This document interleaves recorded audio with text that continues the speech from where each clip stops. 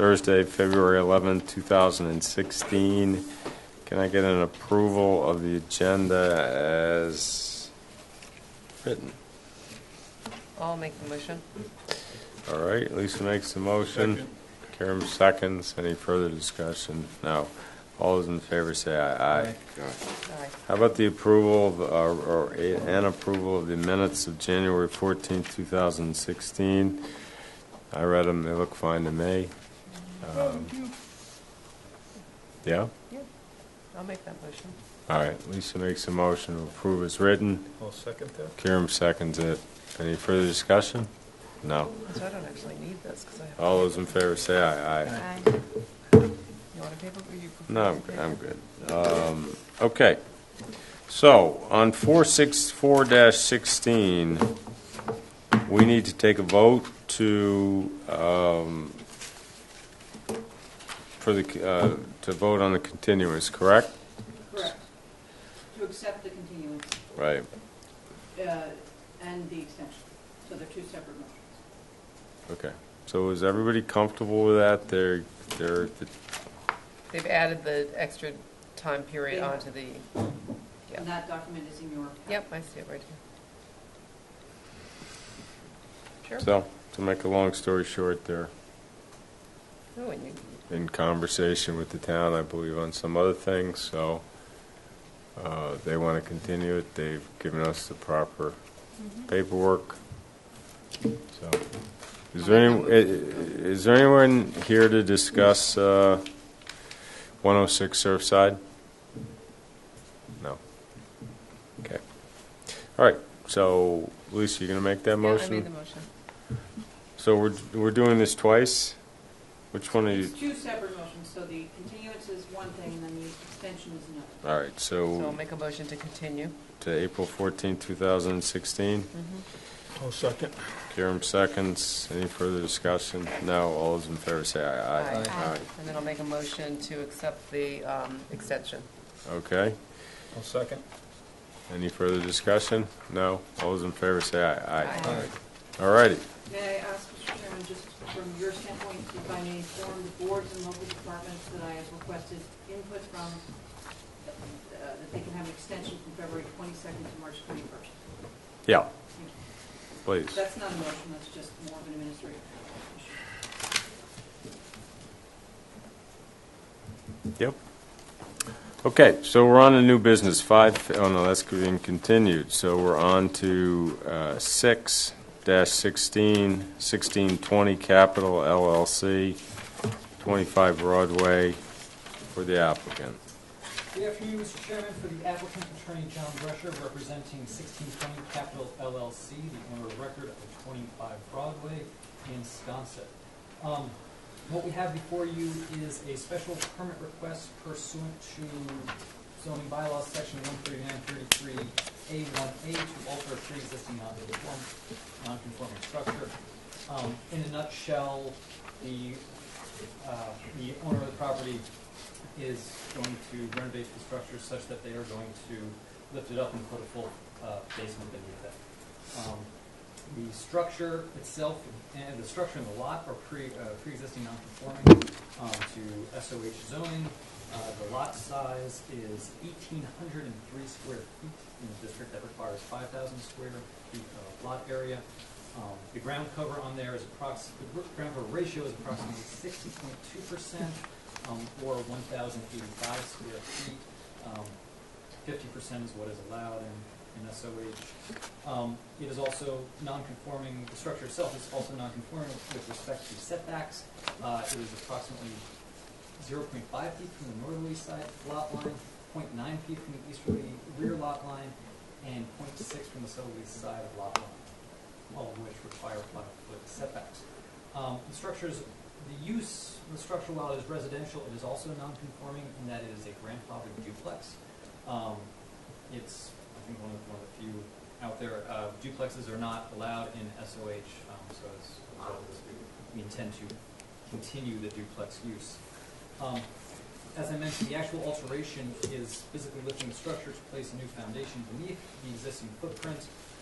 As a result, the height will be increased from 20 feet to 21 feet. Also, the alterations will include adding 2 second-floor dormers to the west elevation, adding a dormer to the second floor, and extending the existing 1-story entry to 2 stories along the east elevation. All this has been vetted and approved by the Historic District Commission by virtue of Certificate of Appropriateness number 65026. And so really, what we're here for you, or why we're here, is for the actual alteration of the pre-existing non-conforming structure, for the basement. The height going from 20 to 21 feet is going to be less than the maximum height allowed. I noticed that we received a number of letters from butters in your packets. Without speaking for all of them, I believe a lot of them focus on the sort of the process of the work, not so much the end results. For instance, asking that there be no work during the summer. That's not a problem. This project isn't slated to start until fall 2016. There's also concerns regarding the sewer and water lines. We have Bernie Perkins from Toscana here. Toscana is engaged to do the work for the lift. Nantucket Architecture Group is also on board. They present that to HDC, and will be advising throughout the entire process. Steve Goen, if you recall from One Kitehill Lane, he cannot attend today, but he will be the structural engineer on board. A general contractor has not been selected yet. Nonetheless, we would expect that general contractor would provide his name, contact information, etc., to all the abutters for any street closures, any disruption of utilities, whatever there may be. But the idea is that we understand it would be an inconvenience, but to minimize the amount of inconvenience as a result of this project. Steve Rowe is here from Nantucket Architecture Group, and Bernie Perkins is here as well. If you have any questions on the actual construction methodology or the construction that will be done, I'm sure they can answer that much better than I can. Okay, thanks. Any questions at this point from the board? Wait to hear before I ask my question. Chairman, Go ahead. ask- Just identify yourself, Steve. I know you. but- Stephen Thoreau, Nantucket Architecture Group. If you're curious about the reason why the building is being raised a foot, simply it is because the existing first floor currently sits below the street level. Okay. If you look at the house, the street level is here, and the first floor level is down here. This is one of the reasons why the house is rotting so fast. Got the water from the road straining right into the street against the foundation, and has rotted a good portion of the first floor deck. If you look in the window of the house, if you've been out there, you can see there are huge holes in the first floor due to the rot. So we're raising the house up that foot to accommodate the water issue for the future, so that the house could be protected the same. Thank you. How deep a foundation are you guys putting under this? What's the depth of the dig, of the pour? 8 feet. So just a standard foundation, no habitable space down there? There is habitable space on one side of it, so yes, the storage and mechanicals on the other side. I believe we permitted a. So the double stairs going to the habitable space? Or, no, that's, maybe it's the L-shaped stair goes to the habitable We space. have the basement plan, the left-hand stair services first duplex on the left. Oh, I see in the and center. the right-hand stair services the second duplex Got on it. the right. Yeah, I see that. So they each have basement space. Yes.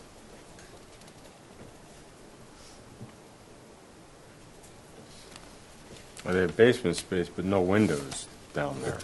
No. Windows not required under the code.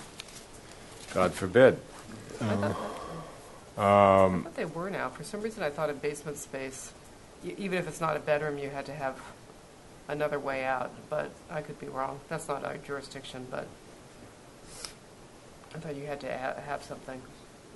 There is another staircase, Lisa, there's an exterior means of egress. That is simply for the ease of bringing in furniture and stuff, storage stuff.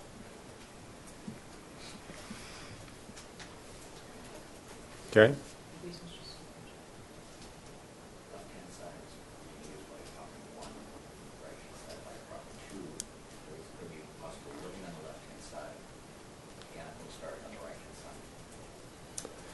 All right, let me just see if there's anybody else in the audience who wants to talk about this.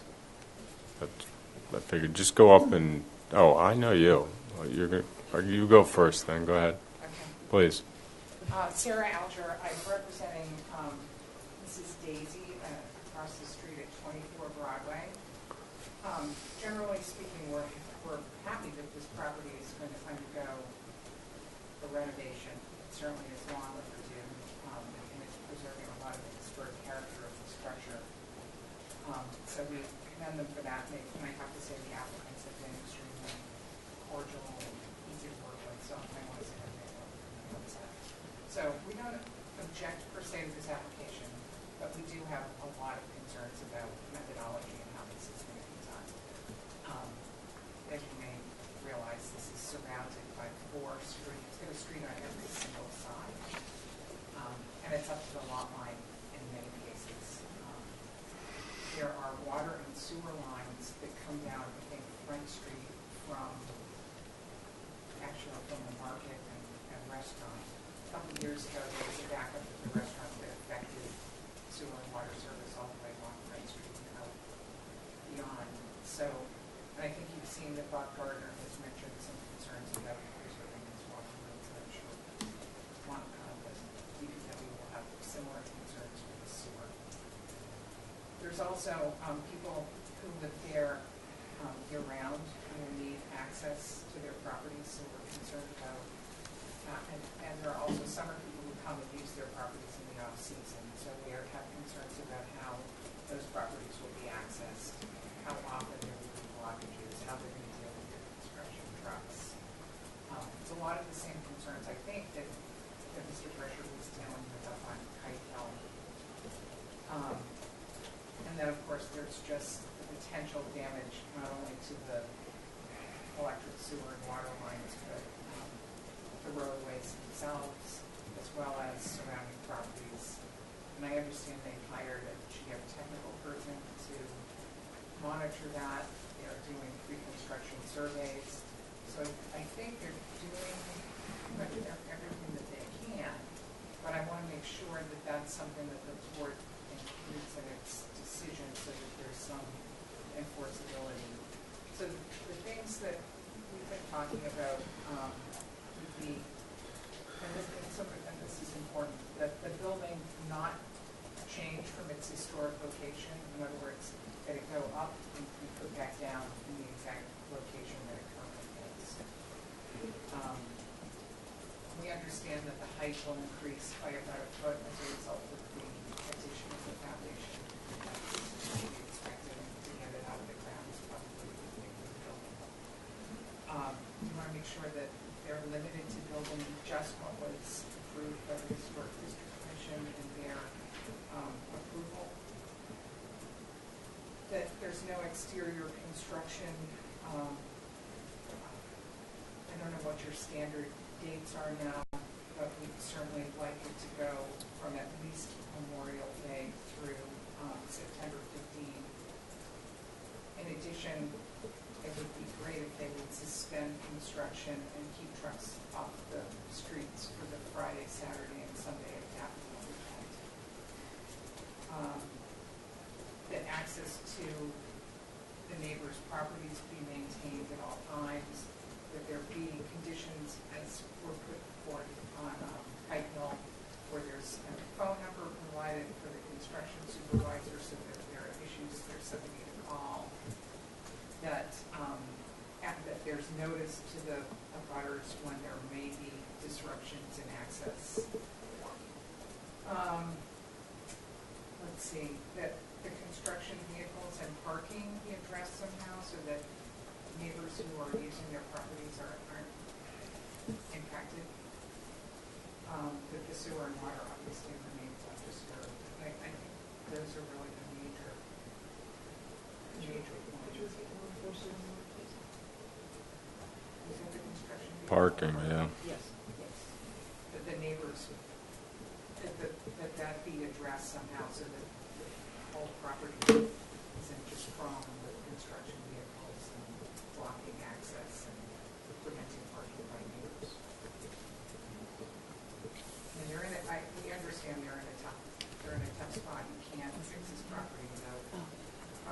significant disruption, but to the extent that they can minimize it and manage it, we would really appreciate it. I think they've done a lot to go down that road, and want to make sure that it's enforceable and that this board is accurate. Thank you. With regard to the parking issue, do you have specifics you'd like to see other than Well, what you've described, which was ideally, fairly they vague? arrange for their construction vehicles to park off-site so that there's a minimal amount of, Well, there is no on-site parking. There is on-site no, parking at all. right. So everything's going to be on the street. So I'm suggesting off-site, like at another location where people are brought in, or, I mean, obviously, when they get a lumber delivery, the truck's going to come, it's going to block the street, right? I mean, how else is it going to happen? Yeah, well, I agree with you, and that's why I'm not sure we're So I'm not- going I to don't get think- into the I don't think nitty-gritty you of can- where the truck is at a specific I time. don't think you can fix that, but what you can fix is the people who work there every day don't necessarily all have to park on Broadway. I mean, it's a very narrow street. Right? Where are people going to, how are they going to, people get by? Well, arguably, if you're parked, they can get by, so, Well, arguably, but not necessarily. So there's parking along one side of Broadway? Yes. Well, I think if they're parking in a legal spot, they Yeah. would be able to park there, but Oh, and I guess the other thing I meant to mention are work hours. If they could abide at a minimum by the noise bylaw, which is what? Can you refresh our memory? well, that's a good. well, if they're abiding by the noise bylaw, we don't necessarily have to go into it. I mean, there is a noise bylaw that you're supposed to adhere to. Exactly, but what happens, like, for example. Well, that I've may had be the case. construction across the street from me for the past year and whatever. The people start showing up at about 6 o'clock in the morning. Now, the noise bylaw says you can't start work until 7, but it doesn't mean that you can't be on the site getting ready. It's extremely noisy. I mean, you can't help it. The trucks are diesel for a lot of them. They pull up, they're idling, doors are slamming, people are talking. This is a really close little area, and I don't want to tie their hands to the point where they can't get this project done, because that's the flip side of putting too many restrictions on it. That the project just goes on endlessly, and I certainly don't want to do anything that would promote that. We'd love it if they came in October 1st of 2016 and wrapped it up by the summer of 2017. If they can do that, it would be amazing. In the meantime, if they could not maybe arrive at the site prior to the time that work can commence, it would be very much appreciated. It is a really tight area. Are you anticipating completing the project for the summer? We would like to have the project completed by the summer. Right now, it's a matter of proper contractor may do the job, the amount of rock that we find in the building, and the timetable that sets up to do the job right.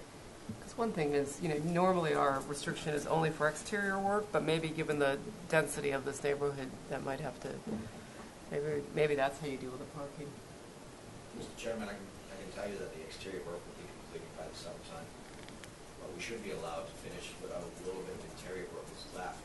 If we do run into that, May section or early June section, complete the project, we can get out of there rather than stop in June and let my client wait another summer to finish the job. I agree with that. It's just trying to manage the trucks, because at that point you'd have electricians, plumbers, painters. There'd be a lot of subs trying to park you're in absolutely correct. June on a very small street. Absolutely correct. So that would be very So disruptive.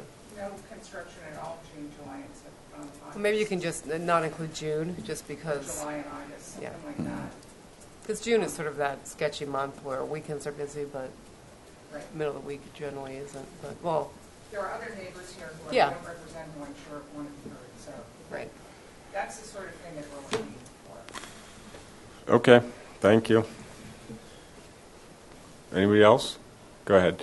Just stand up and identify yourself. Linda Holland, I live at 29 Broadway, and, Yeah, you should use the mic so, because we're on sorry, I didn't quite realize it. we're on video too.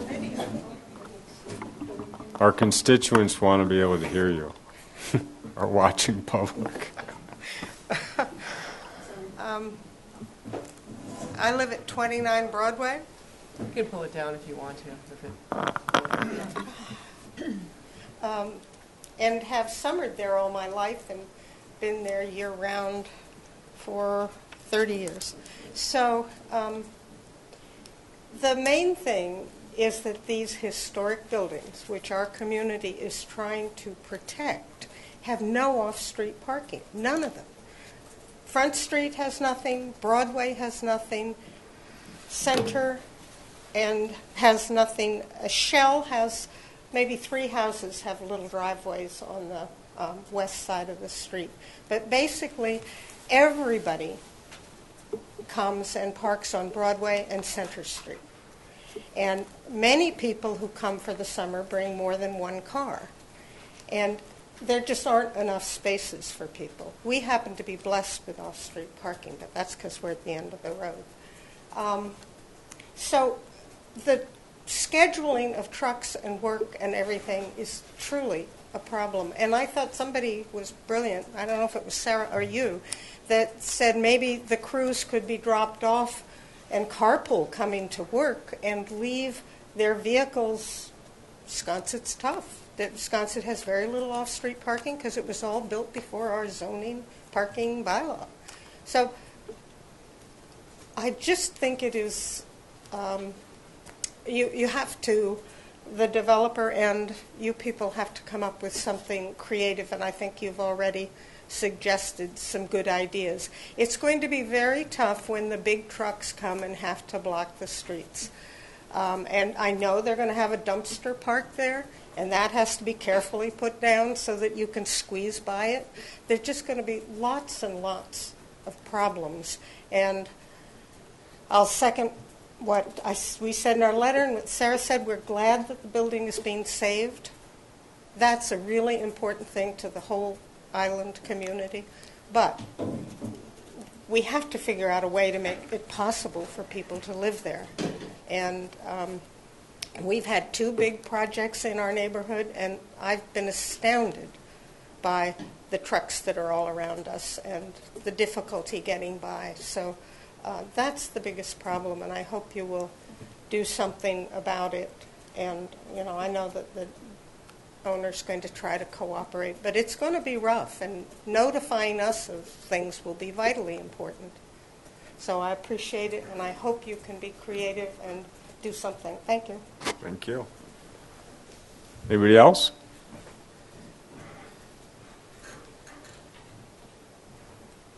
Hello, I am Janet Ballou. My husband Fred is here.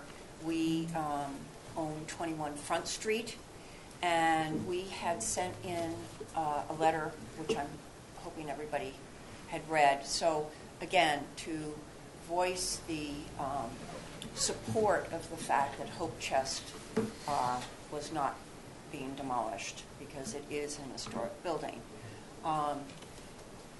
To reiterate that the spaces there are very, very tight. This is going to be major construction. Sarah, I believe, already spoke about the concerns about the damage to the street, the damage to the sewer, the damage to contiguous or maybe even not contiguous structures.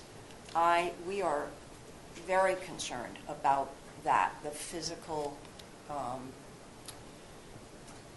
digging of the basement, whatever sort of machines are going to be used to dig. We received a letter.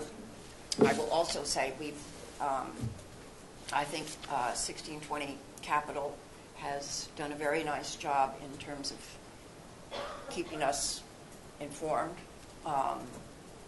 And the firm of McCardle and Company. We received a letter from them asking their permission to come and videotape the external as well as the internal of our house, which seems to be a very responsible, proactive approach. Our house is just across Front Street from the major east facade of Hope Chest, so we're very close, and we are concerned about the amount of vibrations and what it may be doing to the underpinning of our house. And I don't know how that can be sort of documented, whether you do underground cameras or something. So we did have questions about just the structural damage that might be happening to houses nearby. And we also wanted to know about the monitoring of, I know there's another house on Broadway, I believe it's called Martin's Box, that presumably had the same sort of height restriction, but all of a sudden their window boxes are on, you have to reach them on tippy toes. So the scale of the houses near Martin's Box looks, I mean, it literally has sort of upset the scale of that part of Broadway, where the houses are smaller. And so we also wanted to know if at the end of this discussion, if there are certain things. We did absolutely request that no work be done during the summer. Our house is not heated, and the only time we really get to use it is during the nicer months. And we really are concerned because things are so close there and so tight. And as Linda Holland said, there is no parking, and people are bringing more and more cars, and just the impact of having one or two painters in the area in the summertime is impactful. So we would request that no work at all be done during the summer months. I understand that work is not going to start until the fall of this year, so I had spoken to someone at McCardle who said that they would be doing this videotape as soon prior to the actual construction, because we would like very much to be there while these, to let them in and sort of see what they're doing for the videotaping, which I think is excellent, but we would like it to be a very thorough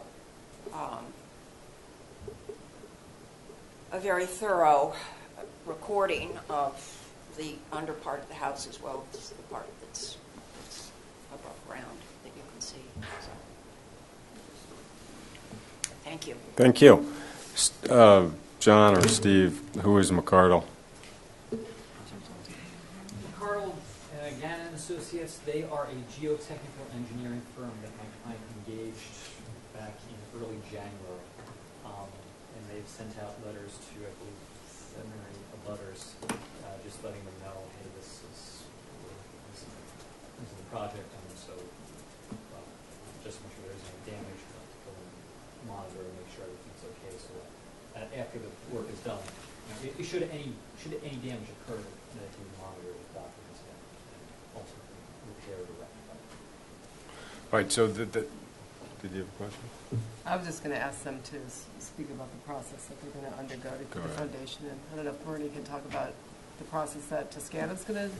I would rather see that in writing. I'm with you on that. Ultimately. I want to see everything from, are they going to put the sheathing in? Is it going to be something where if they can do a chunk of the work in 1 week where things are probably going to be closed? I mean, depending on what kind of machinery they're using, that it be done very carefully and monitored. So. Right. So do you want him to speak to it or just submit it in letter form or both? I'd rather. I'd like to hear about it. We can hear about it. Yeah, Sure. let's hear about let's it. hear I about definitely it. want to see that if we. In case we need to give guidance. Right. Yes. Bernie? Yeah, you got to get up to the microphone, Bernie. We all Sorry. know you, but our viewing public. Hi, I'm Bernie from Toscana Corporation. As far as the road, I mean, Broad Street's going to be closed for the chunk of time that we're there. We're going to have to shut it off because there's no way to, we have to excavate, load dump trucks. So I'd say from like 7:30 in the morning till 4 at night, for probably 2 weeks. By the time we raise it up, put the shoring in, excavate it. Front Street will be totally closed for the whole project. Then Broadway. I mean Broadway, I'm sorry, yeah. And Front Street will be closed, it'll be open to walk, we'll keep a path open for walking traffic, but half of Front Street will actually be closed the whole time with a safety fence. Until the foundation's in and we can backfill it. So a month and a half probably. And as far as the sheathing goes, Wayne McConnell actually comes on site with a seismograph machine, and when we're driving sheathing, he tells us how fast we can go, and he monitors how fast the sheathing can go in. So. And are you shooting the entire perimeter? No, just Broadway. Just Broadway. Yeah. And that's why the overdig will be into Front Street and the two streets on both ends. All right, well, we had a concern about this issue, or certainly the neighborhood had concern up on Kite Hill. And Toscana, as a matter of fact, recommended that driving sheet piling wasn't the way to do it, and it should be the building should be underpinned and the foundation done in piece by piece. So this is a 180-degree difference than what we were told then. Well, Broadway's there's no room to even underpin it, though. I mean, it's only, 3 feet from the street, maybe, from the pavement. I think on Kite Hill Lane they were going in from the inside though. They were not. Right, we're going under. Right, exactly. So they were so the perimeter wall along Broadway would stay completely intact, and you underpin the footings and go below that. Yeah, but we would still have. There's no way you could even underpin it without doing some sort of shoring. It's right on the street. It would just be too dangerous. So you have to do some sort of sheathing. Of the sheeting. I don't quite understand the difference between Kite Hill, that site, and this. Well, the only difference, there is no difference. They don't have as many roads around Kite Hill. It was in some ways better because they weren't They had surrounded by 4 neighbors streets. that They had didn't want their neighbors, property. right, to cave in. Right. Right. They've also, one of the big differences, if I may, is that this time a geotechnical engineer was engaged. That was one of the sticking points for Kite Hill, and the sheeting that had the owner there gone through the geotechnical engineer, he may have come out differently as a result with the sheeting. I don't know. However, the sheeting or the geotechnical engineer was engaged from the get-go. So just to make sure all of the properties were secure and that all this work could be done. Well, I think at a minimum, John, we're going to want to see their report ahead of time. The neighborhood would like to see the report ahead of time, and so everybody's comfortable with the methodologies and we can talk about them. And or, to Kieran's point, and we would like to see a detailed methodology from, whether it's derived from Toscana or whomever, just outlining the process. And also, John, I don't know if it's going to help, but the next door neighbors, the Moyers, shows that they did a similar project 13 years ago. I don't know who did that or how it was done, but that could also be helpful. This is my first hearing. May you speak Okay. again?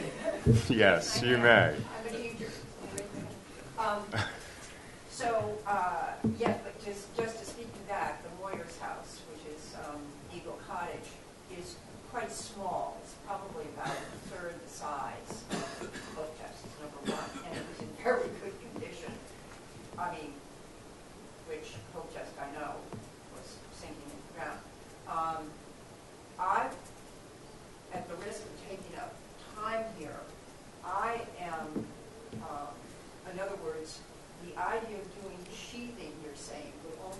on Broadway, not on Front. Yes. But is there another way to put in that foundation? Because it seems, from what I understand, you're driving Steel metal beams. Yeah. into the ground, and that is going to cause extraordinary traffic, is it not? I mean, and the earth will... Well, that's the idea of hiring a geoengineer. We have a low-frequency hammer that we have that you're able to monitor it and turn it down and turn it up as far as you can go. So, I mean, there's a certain level they let you drive at, and if you start to go over that, then you stop. What So- would be the least sort of impactful method of building? The way we're doing it was without a doubt the least impactful. Well, I don't mean in terms of inconvenience. I'm really speaking in terms of just digging the earth, in other words. The way we're going to approach it is without a doubt the least impactful. Is driving the sheathing with the low frequency hammer, which isn't sheathing, it's actually steel beams and steel plates, which is less impactful than sheathing. Well, Bernie, I'm going to have to understand before signing off on this what the difference is between this one and Kite Hill Lane, where Toscana gave an opinion, they didn't do the work, that driving anything was not the preferred method. Now, again, maybe they didn't have the geotextile engineer involved, but Now, I'm trying to think of Kite Hill. I'm trying. Carl wrote a letter. Carl wrote a letter and And appeared when was that? a couple months ago. Yeah, right before the holidays. So I'm not really sure if Kyle did it. Right. I'd have to look into it. I think just to let the neighbors know and everybody, I think this is going to be continued. We're not going to vote on anything today because there's not enough information. So that will give you a chance to go back and take a look at that. Mm-hmm. And in answer to your question vis-a-vis whether or not this is the most or the least impactful way to do it, the last one that we looked at like this, there was another methodology used. So the only difference between the two, and that complicates this one, is for a good reason this floor is going up a foot. So the other one, the floor stayed in the same Good place. They point. left the building intact. That's true. And they went Can I down. expand a little bit on that methodology? Okay. That's true. Yeah. So this is a different ball of wax. The other issue that we're dealing with is not only the age of the structure, is the rot. Okay? In order for us to successfully salvage this building and raise it, we're going to have to use a needle beam installation from the second floor into the second floor. So that means we're going to have to drive LVLs around the entire building at the floor line on the second floor, drive needle beams through, and lift the house up that way. Okay? We can't simply underpin, come below, because there's nothing to underpin to. The structure is rotted. The entire first floor is rotted. So we're going to be cutting out that and putting a new deck on the foundation and setting the house back on top of it. So that helps as far as explain some of the methodology and thought process behind it. This is the reason why we've hired a series of engineers to go through the job to make sure we do our homework ahead of time. We've alerted the neighbors, want to work with them properly to get this job done and become a successful project. But there are certain things that limit the scope and approach that we can take here in order to do the job. Thank you. Go ahead again. Yes, please. I was shocked about the length of time that Broadway would be closed. Everybody who lives on the west side of Broadway can access their homes from Center Street. We are on the east side of Broadway, and we are year-round, and there are two other residences year-round on the east side of Broadway. We cannot have our houses inaccessible for, 6 weeks? Whatever it was. I think It was I- a shocking number to me. Now, we're at the top. 2 weeks. We can back in. No. He said 2 weeks We can for go up Broadway. Center Street 6 and back weeks. in. 6 weeks for Front Street. The other people are below That's what I heard. middle gully, and they can come up and they don't have to pass the Hope Chest. So I think we can all live there without them closing the street. You can do something that allows us to drive. Even if the dump trucks are carrying the dirt away, I can back into my driveway. And I just find it intolerable to consider that I'd move out. I don't think No, anybody's nobody's suggesting you move out. suggesting And if you have to back down Broadway, Well, I'm sure I that'll want be them to kosher. know that there are people living there and that are there daily, going to the groceries and things. And there are two others, and Let me you shocked me. get Mr. Perkins back up here for a second. When you said two different things. One, that the road would be closed from 7:30 to 4 For 2 weeks. Yes. for 2 weeks. Yes. But the Broadway. road will then be open at night. Yes. Right.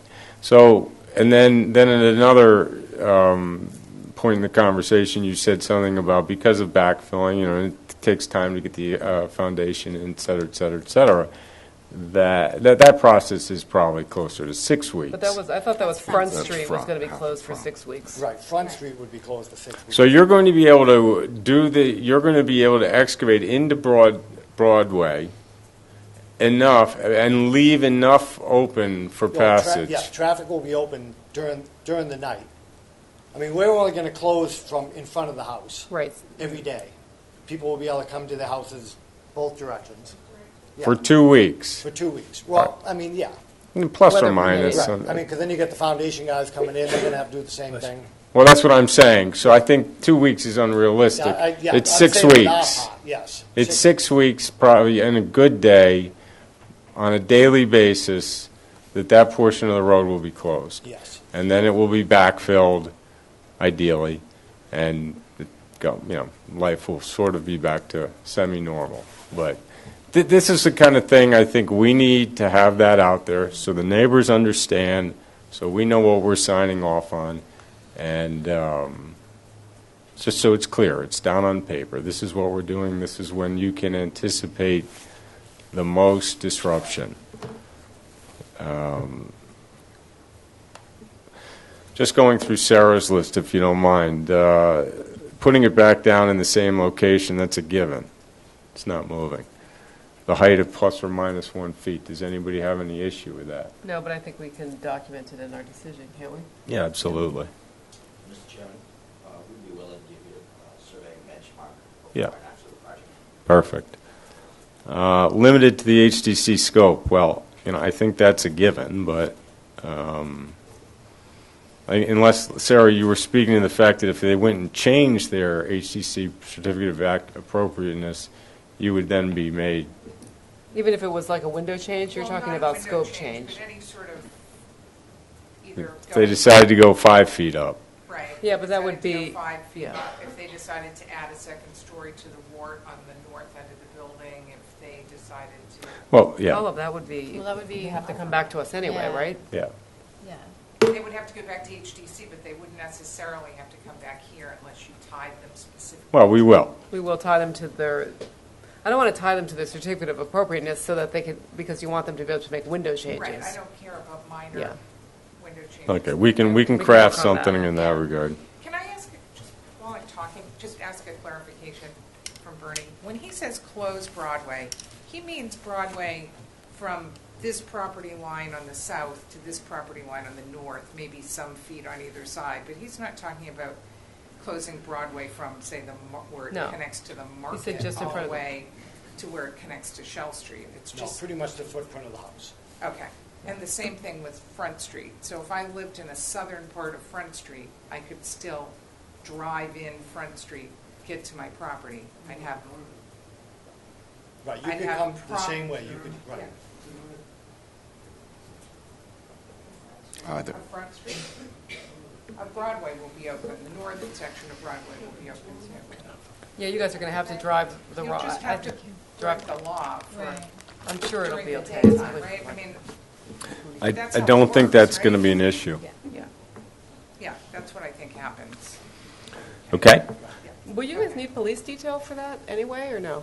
No, not for No, road closing. not for We've just road put up closing. cones in front of each end of the house. Okay. I mean, it's not very dangerous to drive the wrong way because no one. Can go Right, the can other go the way. other way, No one right. can go Right. the other There's way. no More other dangerous traffic. in the southern end, but Right. you can access out, I think, in this building. Mhm. Okay, I think we can get by that one.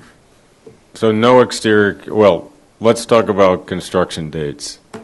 October 1 to, Sconset is still active through September, as is town when we impose this. Really, it's active through the middle of October. That's probably the last weekend is the. I know, it's a catch-22, though. You, being the community, wants the project to be able to be finished. And so imposing a 2-month window to get a project done is nonsensical. So what do we think, just in terms of guidance for John's purposes, are reasonable dates? And/or are we talking about no construction at some point? Interior, exterior, or anything? Unless they can, I think they should, if they want to do a lot of construction in the dead of the summer, then I think they need to come up with a plan of how they would get people on and off the site. Just because the parking, I think, will be a real problem in July and August. Although I know, being at job sites, that plumbers want their tools, 10 feet away, so I'm not sure how that's going to go over, but, I'm not either, but... I mean, it might be worth considering, just given the density down there. Hold on, I see your hand. So So Sarah had suggested memorial to Yeah, September 9/15. 15 and then suspend for daffodil. I mean, I think if the owner wanted to suspend for daffodil, that's nice for the neighbors. I think September 15th is a fine start date.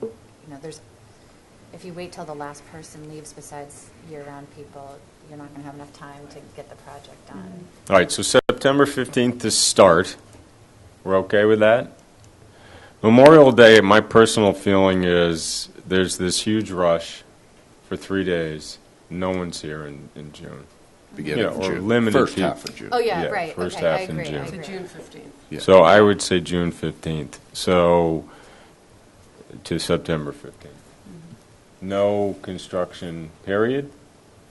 No exterior construction. I don't want to say no construction. I Yeah. mean, the biggest issue is, I think, on the construction, no exterior construction definitely, but on the interior, it'll still be noisy, but I'm more concerned with traffic and parking than I am with the noise. All right, so we'll wrap that into the parking discussion in a sec. Okay, we did have two hands, so ladies first. Go ahead. Oh, well. Will you go back to the mic? Again, I know you, but Yes, Janet Ballou. 21 Front Street. thank you. It was just that when he said if there's a little bit of work still to be done, the summer of 2017, there is little and there's little. So I think my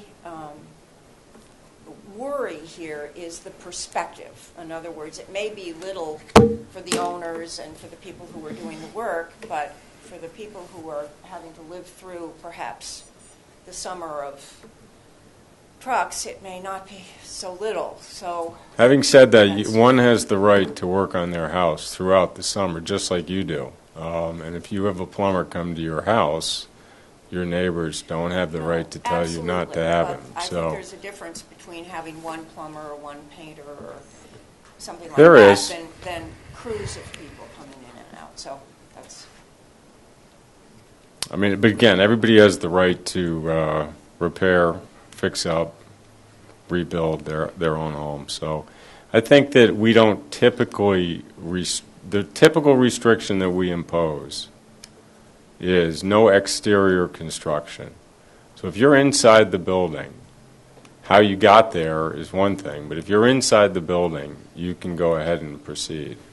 That is the typical restriction that we've imposed for years. And your window's closed. Your windows are supposed to be, is this an enforceable, something with real teeth in it? I can't speak to that, but I would guess not. We have restricted exterior construction, landscape construction. Yes, we have. In the summer months, so that you don't have some guy out there with a stone cutter.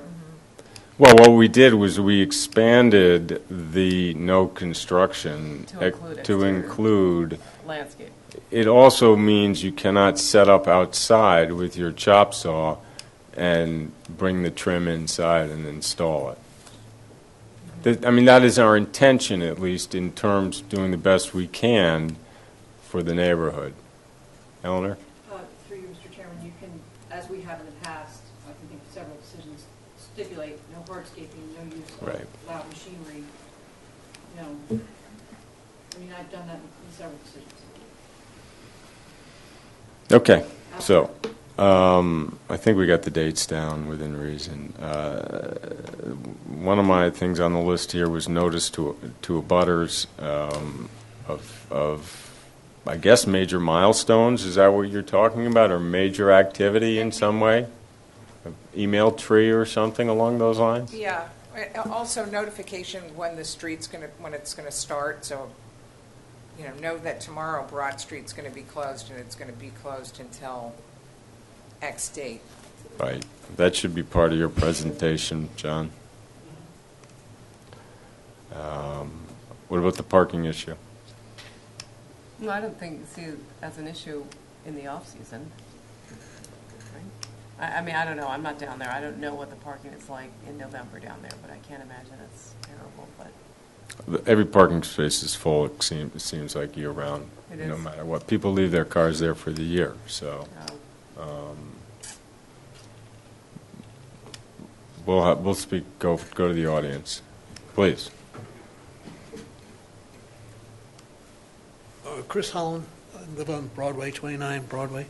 I just want to point out one quick thing, and that is that the traffic on Broadway starts June 1st. I think you ought to knock that date back to June 1st, not June 15th. The cars that are parked alongside, it's cars and nothing but cars. Well, I think, again, all we would be restricting, can't even speak, is the actual exterior construction work. How you get, we really hadn't gotten to the parking per se. I mean, you do, again, have the right to park in a public parking space. Having said that, you're asking for permission to do something, so if we can come up with a plan, there is a little bit of public parking in Sconset that we've asked previous owners to use near the market. that's always taken. Well, not in the summer. Yeah. I mean, for obvious reasons, the applicant and or the various subcontractors working on this building would like to be finished before the summer. Does it always work out that way? No, but it's an inconvenience for them as much as it is, or not as much, but certainly it is an inconvenience to try to get anything done when you can't park. So having said that, we'll come up with some plan, John, that at least on the months that there is satellite parking, you are going to deal with it, and or during the summer months, if you're still there, there's some plan in place that the neighbors can look to. That seem reasonable? Mm-hmm. Next one on my list was the sewer and maintaining the integrity of the sewer and water infrastructure. I mean, clearly, Toscana or whomever the subcontractor is does not have the right to rip and tear with impunity. Do accidents happen? Yeah. And would they be responsible for repairing it? I would think immediately. Yes, go ahead. Just one suggestion on that score. The planning board, on a lot of their projects, does a pre-construction Survey. site meeting with DPW, the water department, I don't know who else goes, whoever is involved, police, fire. I think that in this case, that kind of a pre-construction meeting would be important to have, just so there's coordination amongst the town agencies and that they know what's going on. For example, police and fire should know about the road closures and be coordinating that, Good et cetera, idea. et cetera. All right, so, John, you'll make that part of the plan. Ms. Holland. As you talk, I'm thinking more clearly, I guess. If the steel is only put in on the Broadway side, and the other three sides of the building they're digging farther out into the road, you should know that there is no water and no sewer line in Broadway. All the water and sewer goes down, I think, the north side of the house and down Front Street. So that if they are going to expand the digging hole and have no reinforcements, they are going to hit the sewer line. And the Wannacomet people came out and painted blue lines, which I hope maybe still show. But they have very little leeway. You haven't got much room to let that go out. You can't go to the houses across the street. We protect the water and sewer. I do hope so. Thank you. Unfortunately, accidents do happen, but I think that Sarah's suggestion of a pre-construction meeting that you would be noticed of, I assume at the site, so everybody knows where, as much as possible, knows where things are. But it wouldn't be the first time, unfortunately, that an accident might happen, but Toscana would be responsible for fixing it immediately. We good on that issue, at least in sketch form? Yep. Yeah. Next one I had was work hours. What is the bylaw, 7 to 10? 7 to, I think it's 7:30. 7:30 in the morning? I was- 7:30 a.m. to 10 o'clock. The noise one. Oh, I thought it was 7. It might be 7. And I thought it was still 10. 7:30 to Sorry, summer. 7:30 to 10. I thought she said. Oh, okay. I think it's 7 year-round and 7:30 in the summer, That's what I. Till 10 o'clock. 10 at 10 night. o'clock at night. That seems late. Well, it covers more than Right. just the guy with the chop saw.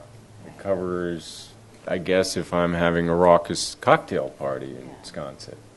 Oh, right. Arguably, it's supposed to be over at 10. Yes. It I has never- happened. Yes. I've been. I think I was there past that. You may have been. I got it. Yeah, so it's not just work people, it's noise in general. Yes. So, having said that, It's early. Yeah. what do we think are reasonable work hours? And again, there's a catch-22 here, because when you restrict the work hours, arguably the project takes longer. Ms. Alger. Well, it's not so much the beginning time, it's when they show up an hour before the beginning time to begin the beginning. You have very industrious workers next to you who show up an hour before work. I would like to meet these guys. You should come down at 6 o'clock in the morning any day of the week, and you will find I them there. suspect that they're actually working, not necessarily prepping for work. Well, yes, but they're not, the work part isn't the noisy part. It's the coming and the going and the All right, greeting, anyway. and the unloading. And the other thing is, someone like, well, I won't use any names, but the blown-in insulation installer has Yes. a truck that comes with It's- a compressor. Yes, and, it's- and once he starts, he cannot stop. And- Well, cannot or well, will does not. not or will not. He went, I think, 3 straight days over a holiday weekend.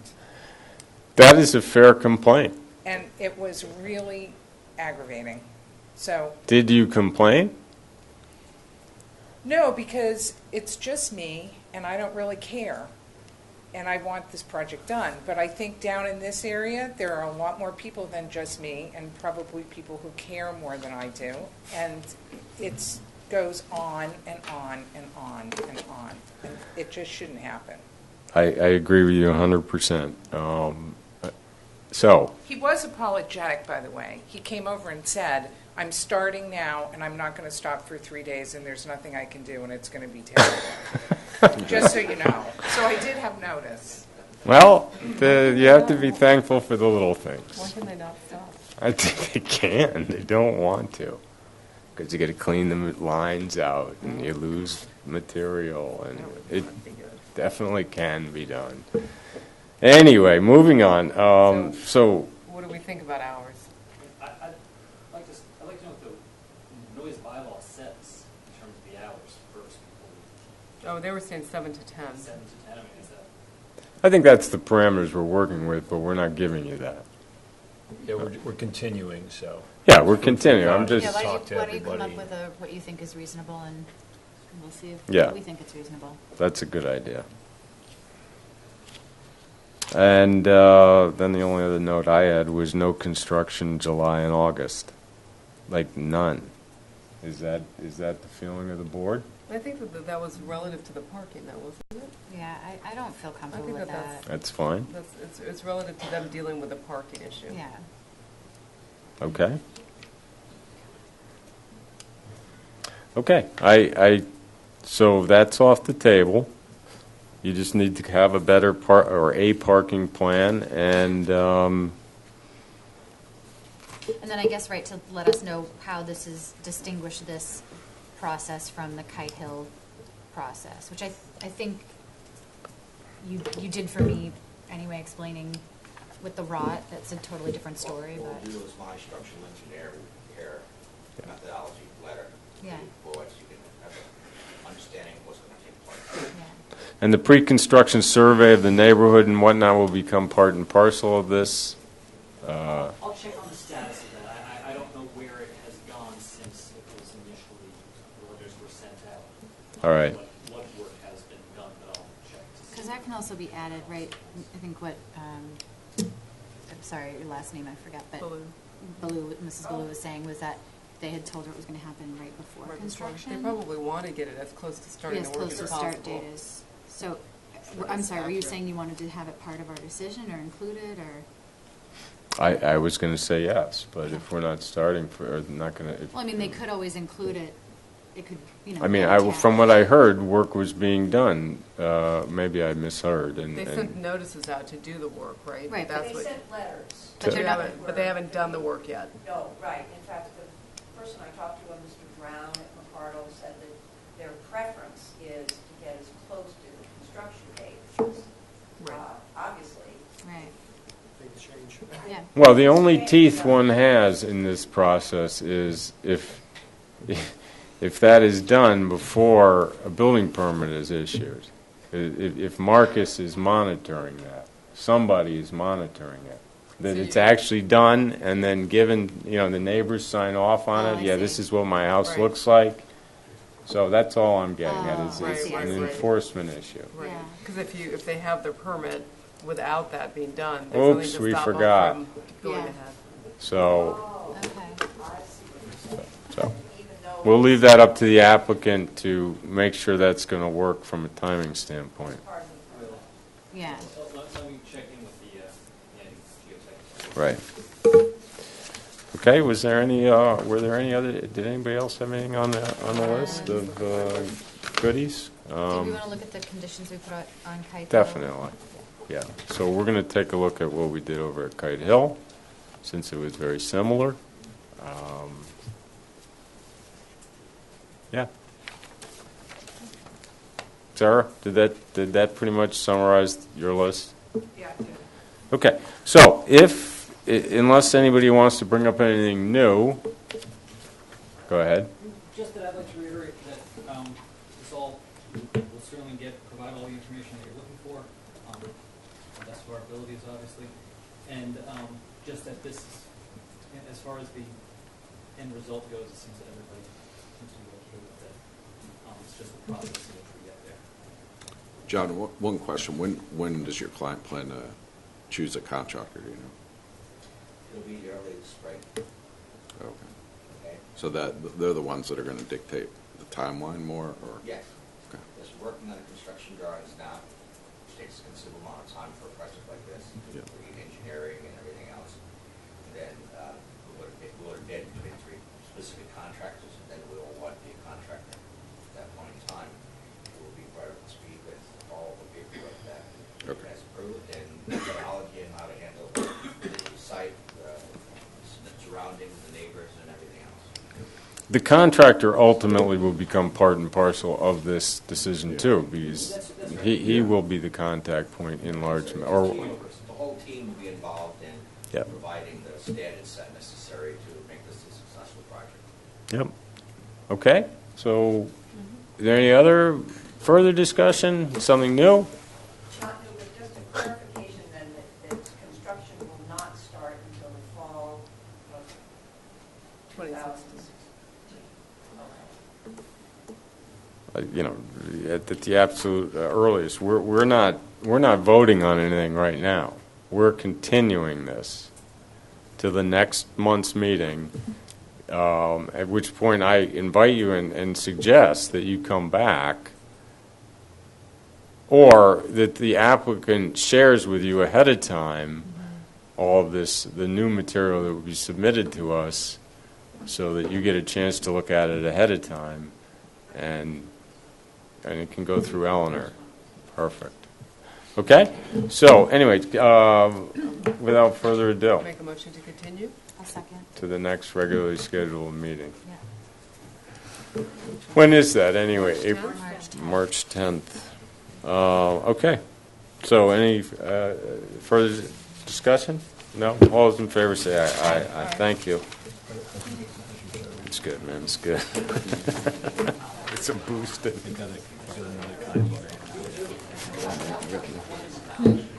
I'm good. I ate right before I came. I did. I just couldn't. What's that? Thank you. All right, moving on. I might, yeah. Okay, please clear the room.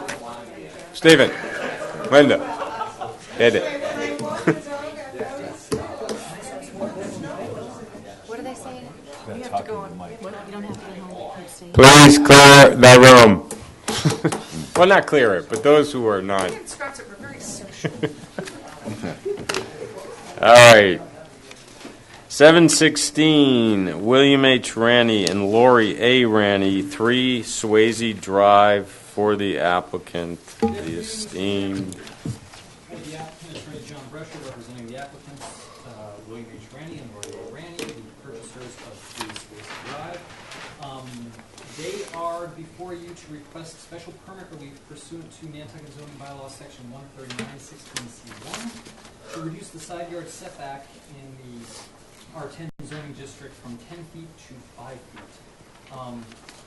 Or in the alternative, for a variance pursuant to 139-32 in order to validate the siting of an air conditioning unit that they have inherited. Predecessors, well, the original, backing up, the property was originally RC2 and received a certificate of occupancy in 1984. I believe then another permit, it might have been in 1991 or so, when it was still RC2, done by Mr. Chagru. The air conditioning units were installed, say, 2 years ago by the predecessor in title. They replaced there was an above-ground propane tank. The air conditioner unit on the east side, as you can see from the site plan, is approximately 6.4 feet from the side yard lot line. The structure is within the 10-foot side yard setbacks on both sides. Again, it met the intensity regulations of RC2 when it was granted a certificate of occupancy. So it's only that AC unit that That's is, it.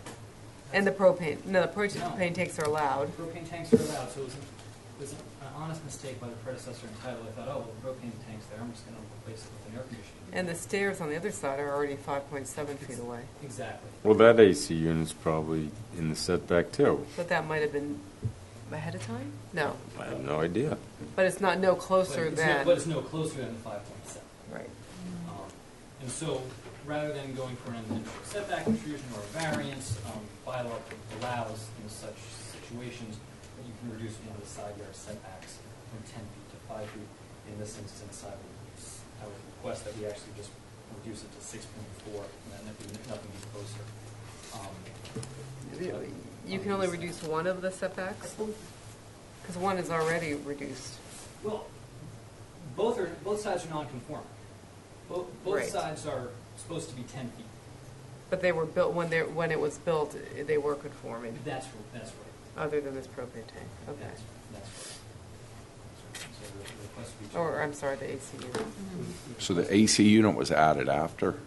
Oh, okay. Well, yeah, okay, never mind. Oh, what are you looking at? Never mind. Well, that's the Chagru as-built I had. Yeah, I think the No, I'm looking at the new one. slightly off from the Chagru as built, but you can see It the did overall meet footprint the, does not change. My guess is that in that a zoning.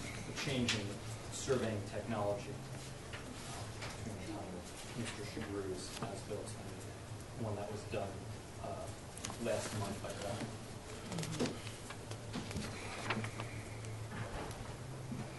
All right. What's the pleasure, everyone? Do we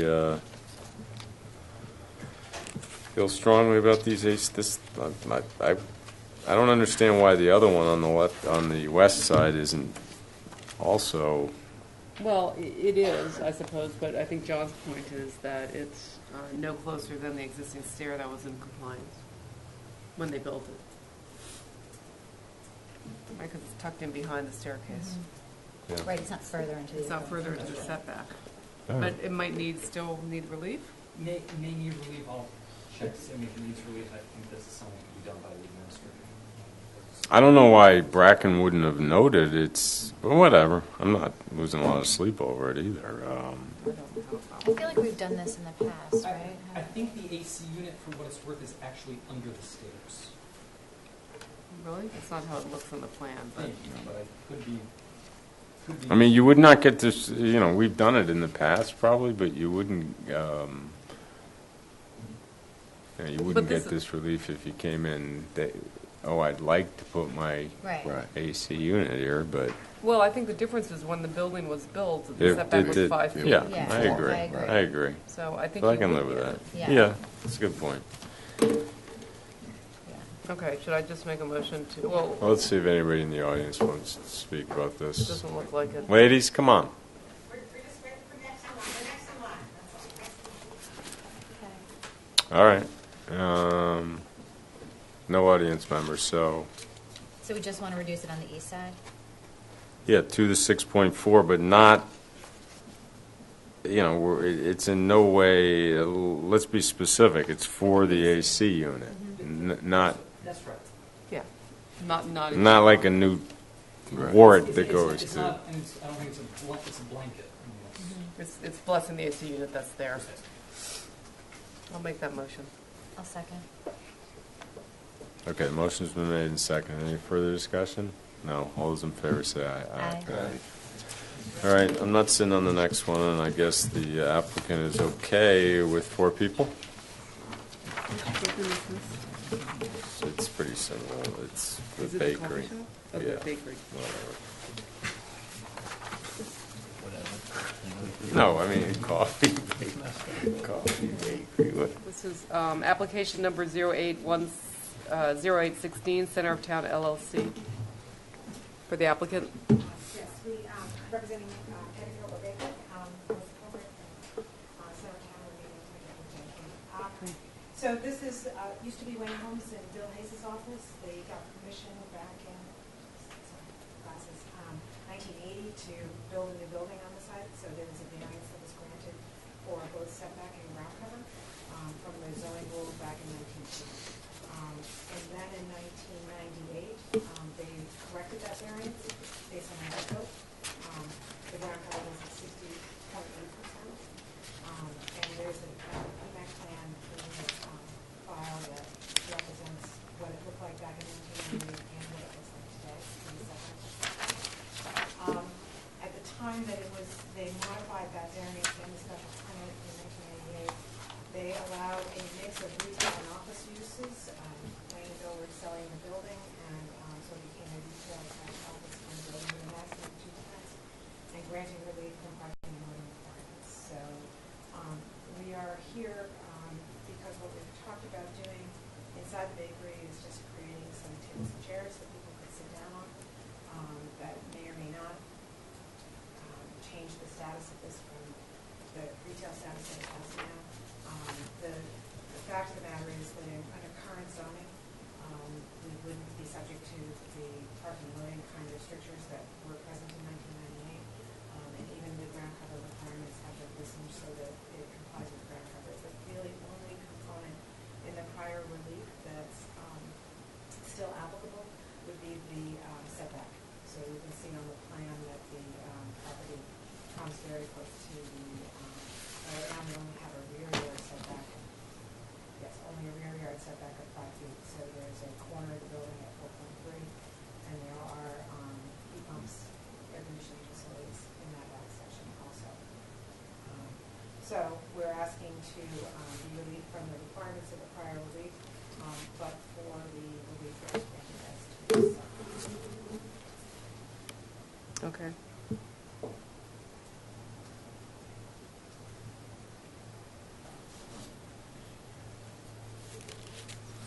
Does anybody have any questions? No, I thought Sarah was here to talk about it, but she left, so.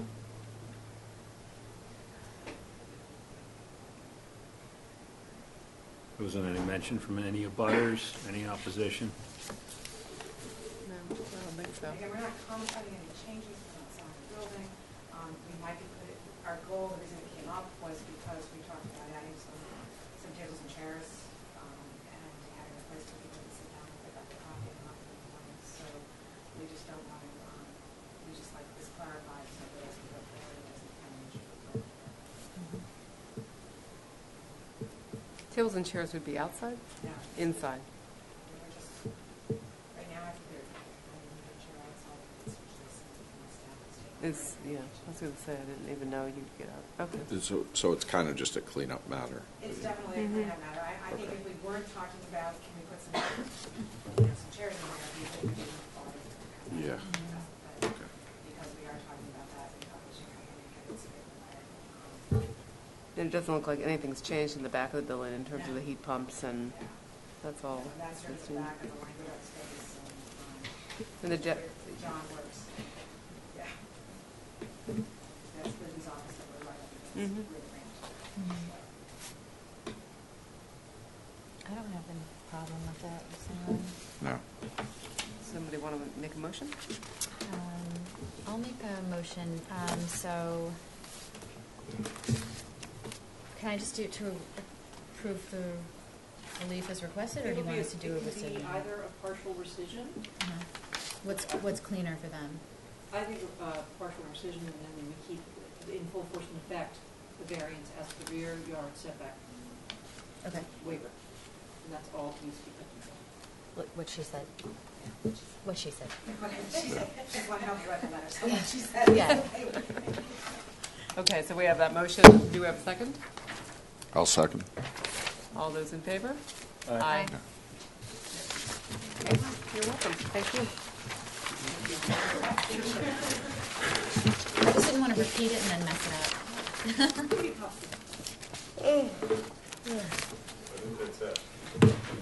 Motion to adjourn.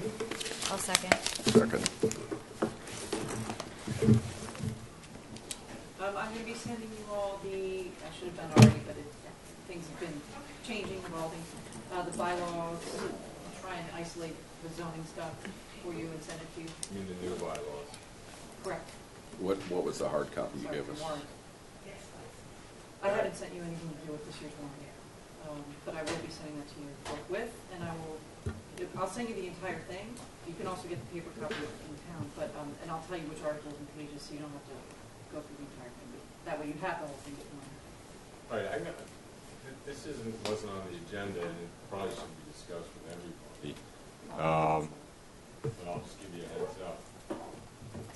Through conversations with Ilana Quirk,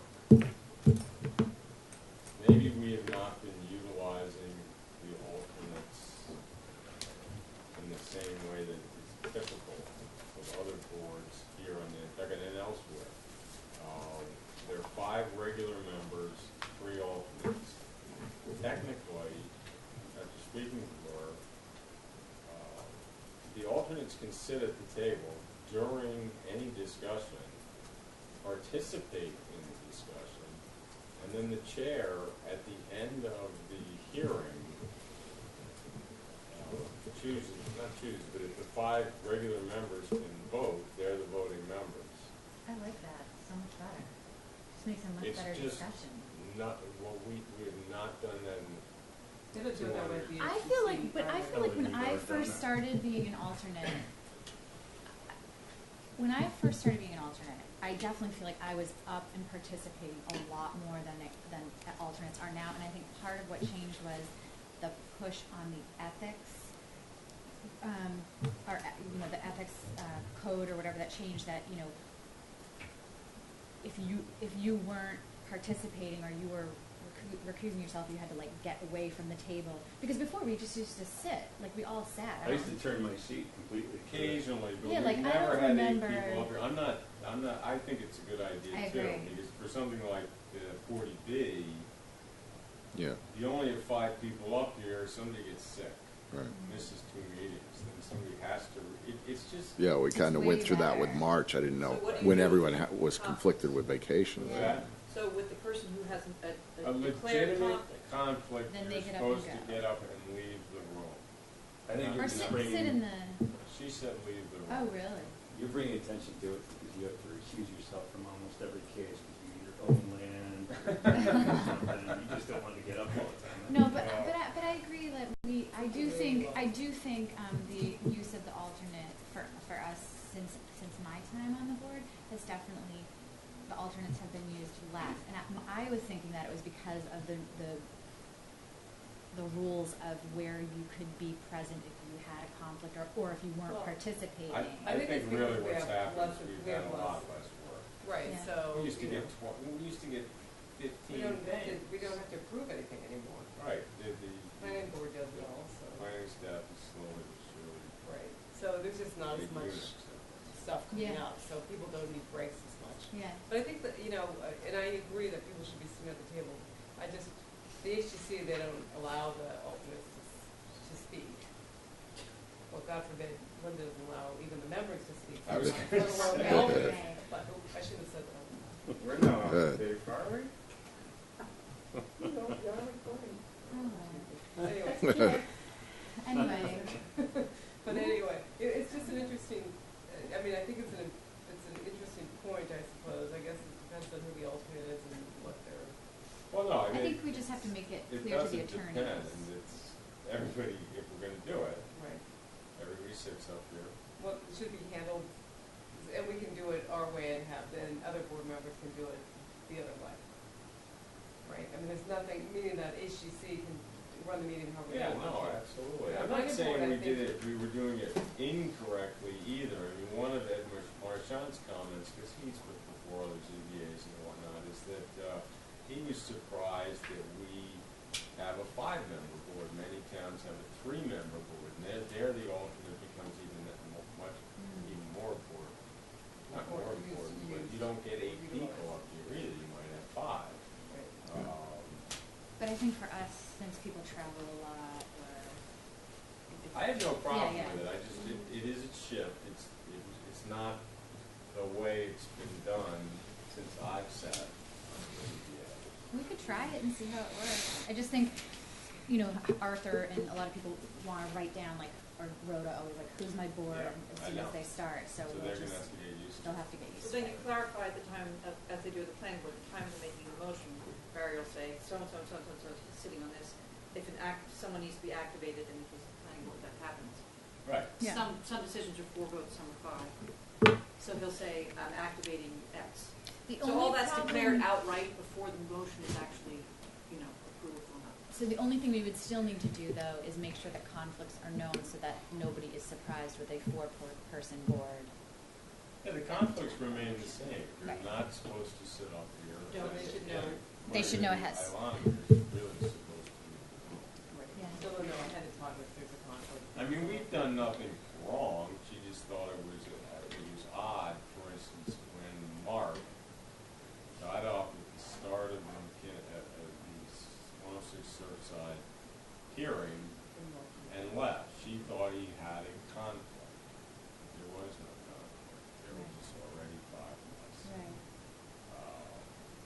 So, and she's lead town council. For this matter. You know, again, I don't think we did anything wrong, it's just, adopt a new policy. It's one of the- And it just means they can participate more actively than Yeah, not. that, Yeah. yeah. I think that's good. It's a benefit, I think, to all of us. Yeah, plus if somebody has a question on something, they're not familiar with it, like coming up with 40 Ps, it can be voiced. Yeah. Well, and her point was that instead of somebody mulling ruling in and reading in, this way applicants and audience members get to see people up here reacting, paying attention is another issue, or not paying attention. I'm not saying that happens here. She says she's seen members of boards fall asleep sometimes. So, you want to be able to see that instead of somebody reading in. And what about, this is always my big concern, about getting texts and doing emails and work stuff if you're not actually sitting on it, but you're sitting up there. Not if you're sitting up here. If you're in the audience. Yeah, no, but you can't sit up here. No, that's the whole point. You are part of the process. Okay. Yeah, you can't. So if your wife texts or anything, you can't pick it No, up? definitely not. If you have a conflict, I remember one time Lisa had to sit on something and she spoke as an audience member on behalf of the client, I believe. Yeah. So I don't know about the leaving of the room. Yeah, I don't know. I think can check maybe that sitting in with the audience, and if you want to stand up as a civilian. Yeah, I think the ethics rules that the quiz or whatever we have to do. I don't think it requires you to leave the room, but I think you have to move away from the table so that it's clear to the audience that you are not participating as a board member. But I still think you're allowed to speak as a citizen, Or representative of a client. But I don't think you can. I don't think you can. Like I can't. As an attorney, I can't. The ethics rules do not allow me to I always thought we present did in front good of job a compared board to that I all sit the on. boards. Right. Doesn't Yeah, matter. I mean, the best So like thing, the one that Cohen Well, has the was only mine, and thing is just- I'm Right. conflicted out, but I can't represent the client. I gave it to Right. someone else. Terry? Yeah. Can you, at the HTC, if there are alternates sitting but they haven't spoken, and then they're down a board member, I mean, they do list the alternates when they read the They minutes. do step in, They can but step they're right not in. allowed to make comments when they're alternates.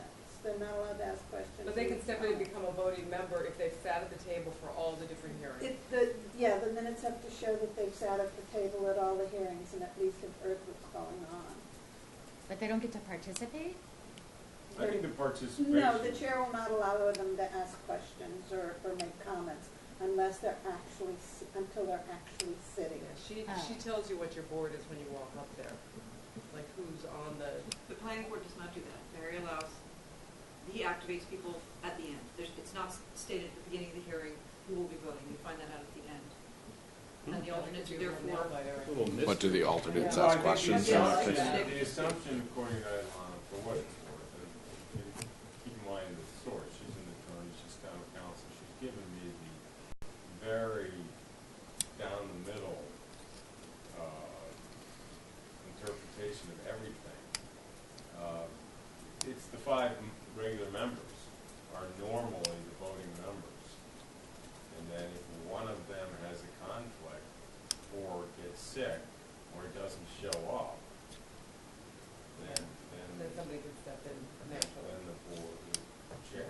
I think that is like the rule of how it would work, but I think in practice, I think one of the great things about the board is allowing alternates to sit more, because that's how you learn. I agree with you 100%. Yeah.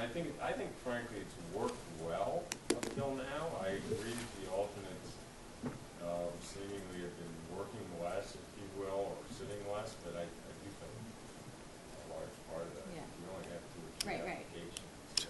But I definitely think having everyone sit and pay attention and ask questions and be part of the conversation is great.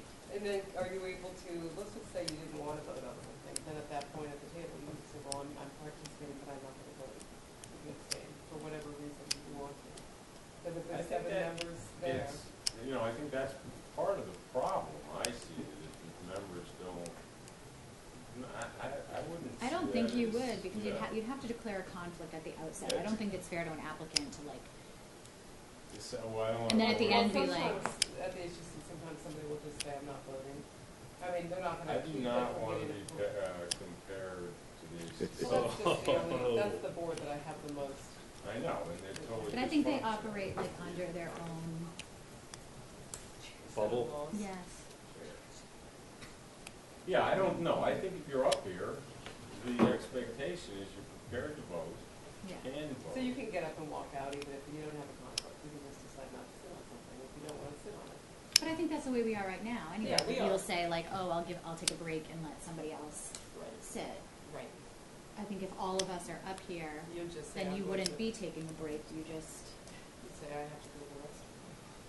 Anyway, so give it, you know, I made, it didn't, We didn't have enough what was members here. unnecessary, this one, but assuming, March everybody's back. So, anyway. Wait, Lisa, are you back in March? Me? Yes. I'm not going, yeah, I'm not leaving until the 11th. Okay. So I might leave So the early full that- board. yeah. Might leave early that meeting, that's why I lost the 11th. And Jen, thank All right. okay. Yeah, no problem. I mean, yeah. I had a feeling that was going to happen, so.